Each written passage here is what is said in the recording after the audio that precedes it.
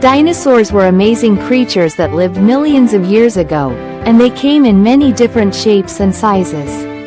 Let's explore 5 cool types of dinosaurs and their unique characteristics. Tyrannosaurus rex.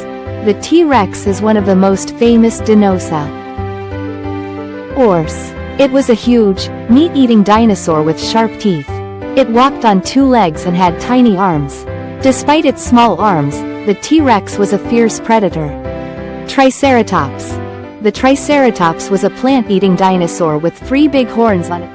RGE frill at the back of its head. These horns helped protect it from predators.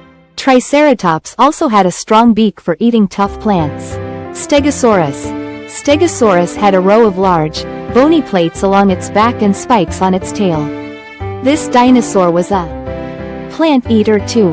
The plates on its back might have helped it stay cool or made it look bigger to scare away enemies. Velociraptor. Velociraptors were smaller, fast-running dinosaurs that hunted in packs.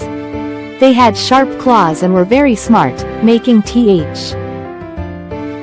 excellent hunters. They were about the size of a turkey. Brachiosaurus. Brachiosaurus was one of the tallest dinosaurs.